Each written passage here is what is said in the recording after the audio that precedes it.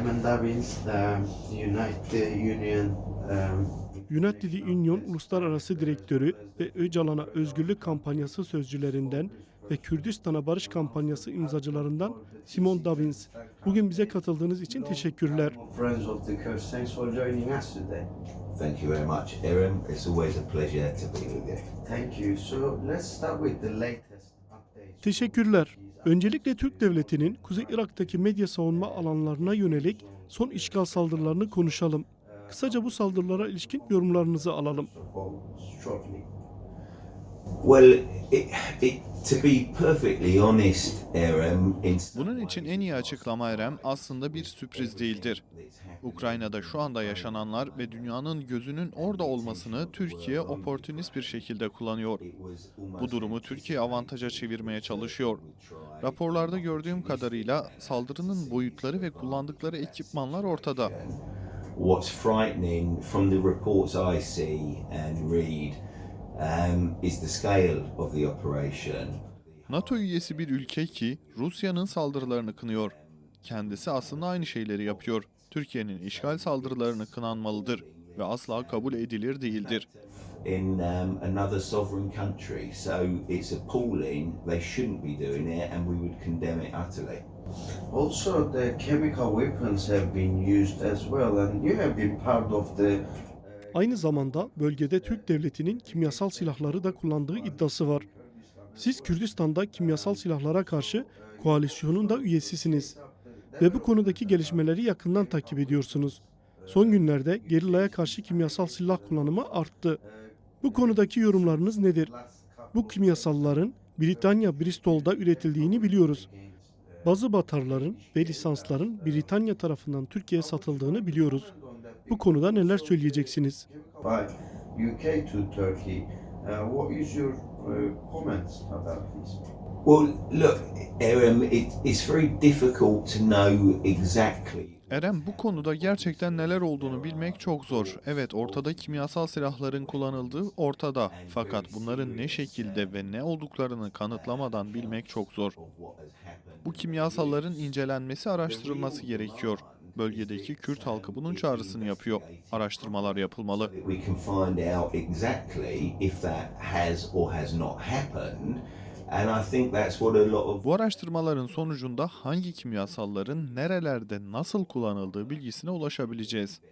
Gerçekten herhangi bir savaşta kimyasalların kullanılması asla kabul edilir değildir. and it seems odd that there's a reluctance to do that.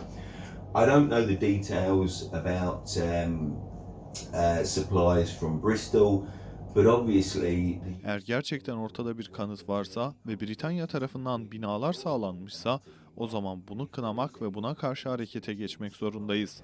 by the UK and it is being deployed there, then we would completely and utterly condemn it and call for action against that. So it's the organization is the OPCW. OPCW, kimyasalları araştıran organizasyon. OPCW'nun araştırmaları yapması için bir çağrınız var mı? Investigations, professional investigations about chemical weapons. I think it's absolutely essential, Aaron. As I've just said, we are Bence bu çok önemli. Az önce söylediğim gibi tüm dünya Rusya'nın yaptıklarını kınıyor. Oradaki kimyasal silah iddiaları araştırılıyor ve görülüyor ki birçok insanda tüm kimyasal saldırıların araştırılması gerektiğini söylüyor. Burada NATO üyesi bir ülkeden bahsediyoruz. Aynı şeyleri yapıyor fakat birçok nedenden dolayı kimse buna karşı ses çıkarmıyor. doing exactly the same thing or alleged to have done exactly the same thing and nobody seems to be interested. Kesinlikle bölgede profesyonel araştırmaların yapılması şarttır. Bu araştırmaların sonuçları da şeffaf bir şekilde yayınlanmalıdır. Gerçekten neler olduğunu bu şekilde öğreneceğiz. Themselves, and then the consequences that flow from that should be very clear if that is what has happened. Also, another significant issue is the Barzani family. Bir diğer önemli konu ise Barzani ailesi. ABD ve Britanya ilişkileri ayrıca son zamanlarda Türkiye ile sıkılaşan bağları. Son olarak Mesut Barzani de Britanya'da Boris Johnson ile Orta Doğu'daki gaz ve petrol boru hatlarını tartıştı. Barzani Johnson'a bu boru hatlarının kendi denetiminde olmasını istedi. Bu saldırıların KDP, Britanya ve Türkiye ilişkisi üçgeninde gerçekleştiğini söylemek mümkün mü? With the KDP, UK relations and Turkey relations. Look, I think the UK government is a major exporter of arms to Turkey. Bence Britanya devleti Türkiye'ye en büyük silah ticareti yapan ülke. Theresa May başbakanken yaptığı ilk görüşmelerden biri önce Trump sonra Türkiye'ydi. Aralarında ciddi bir ilişkinin olduğu ortada. Britanya devleti ne yazık ki Kürt halkının haklarıyla ve Türk devletinin Kürt halkına Türkiye içinde de yaptığı baskıyla ilgilenmiyor. Türkiye ve Erdoğan'ın normal bir yönetim olduğunu söylemek mümkün değil. Within Turkey itself, it carries on treating Erdogan and the Turkish government as if they are a normal. Bölgede KDP Barzani ailesiyle Türkiye'nin petrol ve diğer ticari ilişkileri olduğunu uzun yıllardır biliyoruz.